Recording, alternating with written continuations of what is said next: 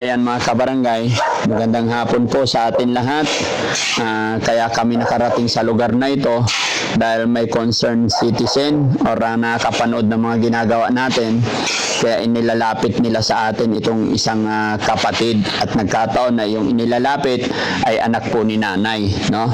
So, at ayon sa sinabi nila mga kababayan, yung taong naglalapit is ilang taon na pong nakakulong itong kapatid natin.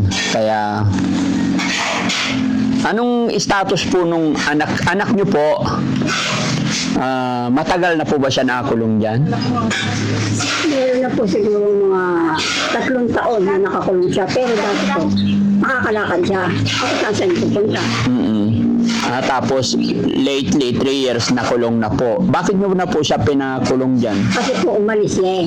Opo. 3 araw po siyang umalis. Buti nga po natunto namin. Malapit na po sa sa Gapan. Oo. Doon po namin nakuha. Napalayo na siya.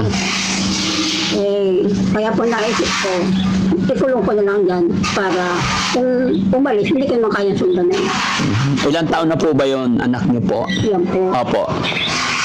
Kasi po hindi ko tatanda kung anong petsa pinanganak yan. Nasa ano po siguro yan. Nasa mga 70. Mga 70 or 60? Mga 70 po sila. 70, 70 nga. Ano? Anong hanap buhay niyo po rito? Sa ngayon po wala akong hanap po. Wala. Asawa niyo po? Wala na po. Ilan po anak niyo? 6 po yun. 6. So, Nay, kilala niyo po ba ako? Ako po si Daddy Frankie.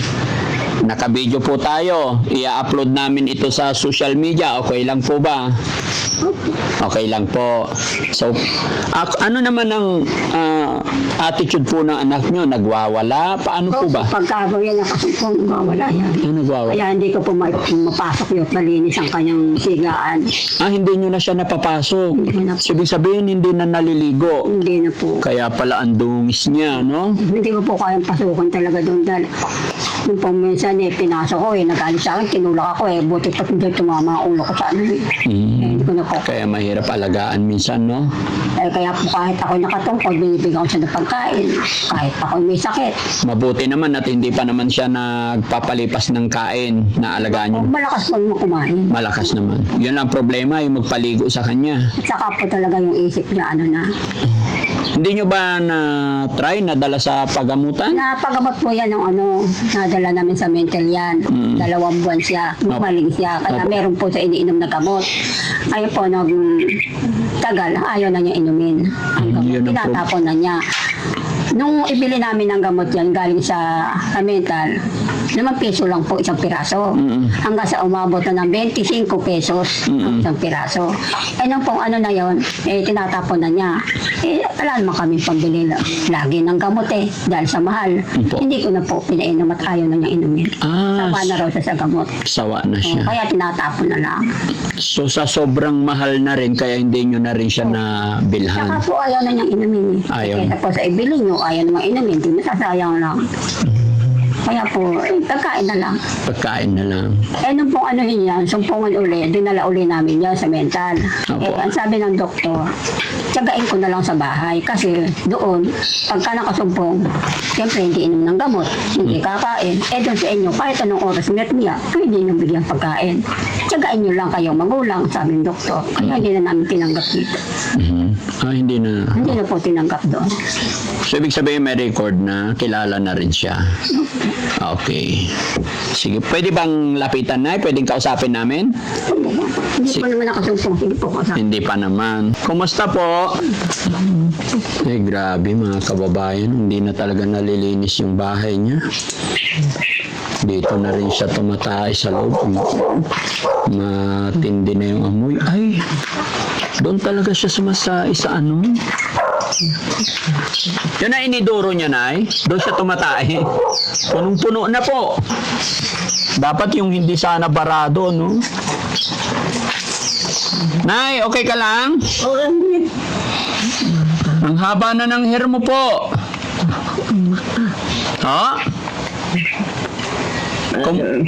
Kumusta ka dyan, Nay?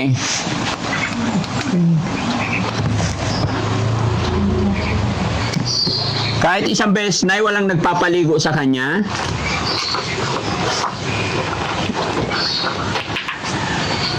Ba't umiiyak si nanay? Nay, kahit minsan wala akong nagpaligo sa kanya. Meron po yung pong kapatid, hindi mo parating napapaligoan. Kailan po yung last naligo? Sana kahit yung nalinis lang yung tirahan yan. Hindi na po. Kaya po, hindi siya po, Diyos ko, ako kunin. Unahin na siya bago ako.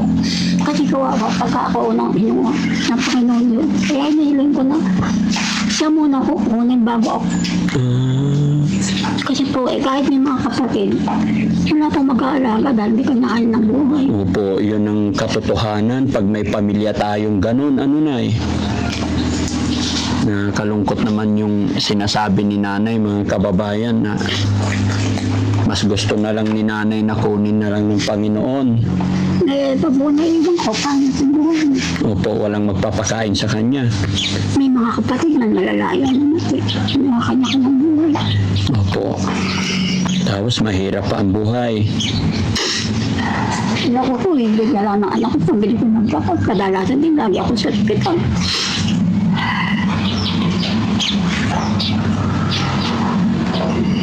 Nakakaawa naman, no?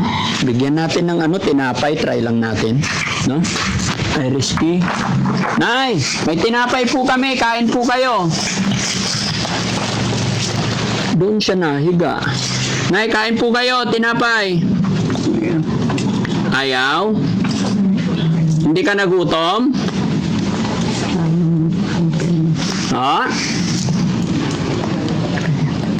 Sobrang haba. Pahawak na sobrang haba ng hair ni nanay. Ha? Nagkabuhol-buhol na rin, oh. Ay, Diyos ko po, nakakaawa naman si nanay. Ayon sa kanila mga kababayan, dalaga na po ito. At ang nakakalungkot lang talaga na marinig kasi sa hirap din ng buhay at matanda na rin po si nanay, hindi na talaga nila kayang alagaan.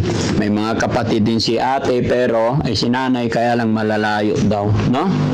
Nay, kain ka po tinapay? Kain ka po? Ha? Ayaw po. Okay ka lang dito? Pero buti naman di siya natakas, no? Pero mainit mga kababayan kasi yero lahat. Puro yero. Tapos kung tabi-tabi po sa mga kapanood mga kababayan, doon din siya tumatay sa inidoro pero yung inidoro, umapaw na. Doon din siya uupo tapos yung damit, mga talagang hindi na ito napalitan. Wala rin damit pambaba. Wala na. Sweater na lang. Nakatayo ka lang lagi, Nay? Oo. Ba't doon kayo higa? Ano ba nangyari sa'yo, Nay? Ha?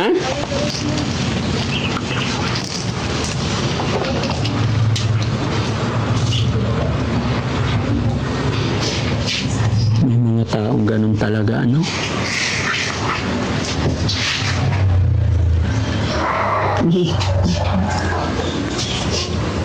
Anong pangalan mo po, Nanay? Nay, anong pangalan mo po? Edna lang. Ha? Edna. Ilang taon ka na po? Nay, ilang taon ka na po? Naalala mo pa? Lumamuda ng gabal ko. Ha? Hindi lang babalik. Hindi ka babalik? Bakit po? Ha? Mahirap buhay ko. Mahirap ang buhay. Po, mahirap talaga ang buhay, no? Nakapadlock na talaga. Hindi na pwedeng tayo magpaligo, guys, kasi puro tayo lalaki. Nakapix na siya. Ha? Nakapix na. Nakapix. Pero pag natutukan to, pag napukusan, may pag-asa pa eh. Hindi pwedeng hindi gagaling to pag natutukan talaga. Ayon kay nanay, sa mahal daw ng bilihin kaya hindi nila na ipagpatuloy mga kababayan sa hirap ng buhay. Yun na lang yung hiling ng kanilang ng nanay. mas gusto na lang daw nilang kunin na lang ng Panginoon. Pero habang sinasabi ni nanay, umiiyak po siya mga kababayan. Dahil syempre, aminin natin ang katotohanan, masakit bilang magulang na ganito ang sitwasyon ng anak. Pero ayon kay nanay, sa hirap ng kanilang buhay, mas mahirap para sa kanila na nakikita nila yung anak nila na naghihirap na ganito. Pero kung talaga madadala lang ito sa pagamutan and then magagabayan, sa umpisa lang talaga mahirap mga kababayan. Pero pag nakainom na yan, tuloy-tuloy nga lang talaga, maintenance lang ang gamot. Malakas pa naman si nanay eh. Yun lang ang problema mga kababayan, no?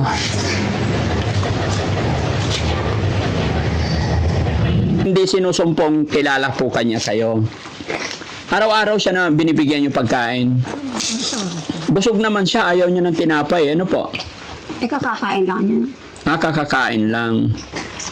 Sa umaga yan, bigyan ko yan ng tinapay, kape. Tapos, ng oras, kakain siya ng almusal. May Tanghalian. Kaya lang, ganyan lang talaga, ano? Gaano nakatagal hindi napaliguan si ate? Meron siguro mga 3 buwan. 3 buwan. Tapos yung hair niya po, dikit-dikit na, no? Ano nga natutulog yan? Ha? Madalang matulog yan. Madalang. Nakatayo lang siya lagi dyan. Buti hindi po siya tatakas, no? Hindi naman. Kasi, wala naman sa dadaanan. Opo. Hindi, yung mga iba kasi pag hanggat may malulusutan, lulusot talaga eh. Siya naman hindi naman. Hindi naman. Kaya lang, pag nakasumpong, natikman ko, minumura ako. Ginaganyan-ganyan ako. Kaya lang, hindi na pinapahin kasi. Opo, kasi alam natin na may pinagdadaanan siya. Kung matino o higla, hindi ako mumurahin. Opo, hindi niya gaga. Tama po kayo na ganun na lang talaga, ano? May point din si nanay, mga kababayan, dahil sa hirap ng buhay.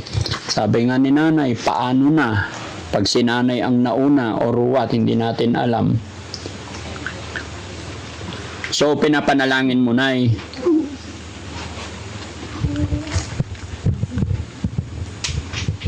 Paanong pagpapanalangin mo, nay, na Hindi ako sa panahon Diyos na ako'y kukunin niya. Bago ako, siya muna. Dahil ko ako'y mauna, kawawa siya. Kahit siya yung mga kapatid, siyempre naman kanya-kanyang buwan.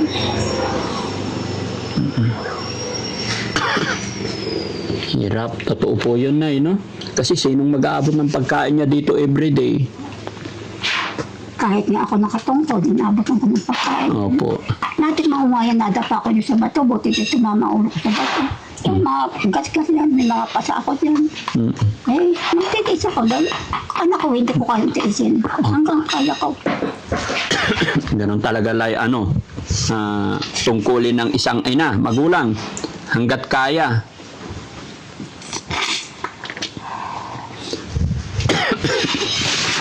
No? Pero sana na, no? Mapaliguan ng ng mga kapatid kahit once a month lang, no? Kasi pati yung tinataian niya, punong-puno na. Ay, sana. Kung kaya ko nga lang pasukin sa paliguan, kahit Opo. araw-araw. Pero kung may magdadala sa kanya sa pagamutan na, ipapayag po kayo na dalhin. Oo naman, para gumaling siya.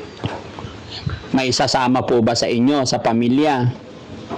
Kasi kung kayo po, baka hindi nyo na po kaya. Hindi ko na po kaya magbiyahe. Sabi ko po sa anak ko,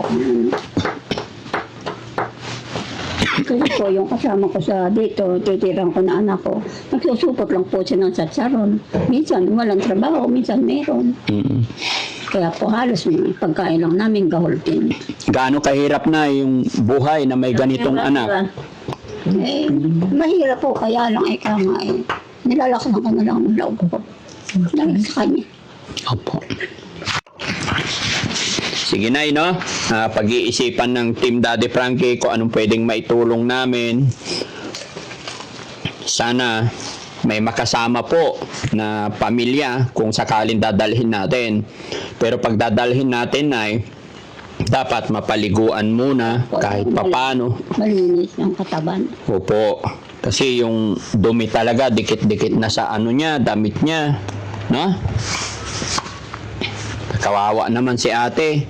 Sabi ko nga, at sabi nga nila, Nay, habang may buhay, may pag-asa. Kaya wag lang po tayo mawala ng pag-asa. Ano po? Sana nga po gumaling na. Yung mga ganyan, Nay, gagaling po. Kaya lang, yung gamot nila, hindi dapat mahinto. Magiging maintenance na yan. Parang yung high blood po, di ba? Kahit na basta tuloy-tuloy ang pag-iinom. Kanya nga lang po, pag nakakit yung ayaw niyang iinom, tinatapon lang niya. Ako, marami ng gamot na iniinom. Hindi po siya nakapag-asawa, Nay. Dalaga pa siya. Kaya wala siyang pamilya, walang anak. Kung may anak man lang sana, kahit isa. Ate, kumusta ka dyan? Ano ba, maliligo ka? Hindi na ho. Gupitan kita. Hindi na ho. Ayaw. Mas magiging presko pag magupitan tsaka mapaligo. Mainit kasi puro yero. No? Sino pong gumawa ng kulungan niya? Nagawa lang po natin. Pinagawa nyo rin. Wala na siyang suot pambaba. Wala na po, tuwatang kumisan nga po yun. Alam na lang. Naguhubo talaga. Okay na rin yan na may sweater kasi may time na malamig sa gabi or pag tag-ulan. Ano po? Mas malamig na naman pag tag-ulan. Nangyari sa'yo ate, kapalaran mo, no? Pero sana makalabas ka sa kulungan mo na yan, no? Pero gaya ng aking sinabi na pag-iisipan namin, pag-isipan nyo rin kung sakasakali, pamilya ang kasama namin. Ano po? Para madala sa paggamutan. Okay? Sasabihin ko po sa anak ko. Kakausapin nyo po. Sige po, Nay, no? Para pag-usapan ninyo, wala naman po magiging problema, Nay. Sa amin po kasi, pagka napagdesisyonan ninyo, dahil yaman din lang po na lumapit ang isa ninyong kapitbahay dito, hindi na namin babanggitin yung humingi ng tulong para mapuntahan. Pamangkin ko po. Pamangkin. Pamangkin niya yung nag-message, salamat sa Panginoon. Pag nagsimula na po na dalhin sa pagamutan, huwag po kayong mag-alala kasi wala po kayong gagastusin kahit piso. Travel, pagkain, hanggat hindi maging normal, hindi po namin kayo pababayaan kung sakaling mapagsimula tayo. Pati pagkain, pamasahe, tapos binibigyan din namin ng allowance. Salamat naman po pag nagkagan. O pagka ganun. Kaya pag-usapan ninyo, pag-isipan ninyo, dahil kawawa po, habang may buhay po may pag-asa. Ano po? No? Nakakaawa naman si ate na yun, ipagpipray na lang, pero malakas pa naman. Malaki na naman. Malakas pa siyang kumain. No? Sige na, sa ngayon, pansamantala, magbibigay po ako ng budget po niya, no? Pagkain. Para pagbalik namin, sana nakapag-isip po kayo kung ano magandang gawin, no?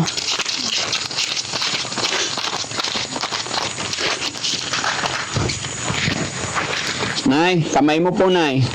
1, 2, 3, 4, 5, 6, 7, 8, 9, 10. Pandagdag pambili nyo kung ano yung kailangan niyang Nay, ha? Salamat po. Para sa inyo na rin po, Nay. Ito nga po. Naman po hindi para makarating kayo. Bakit matulungan kami? Salamat po.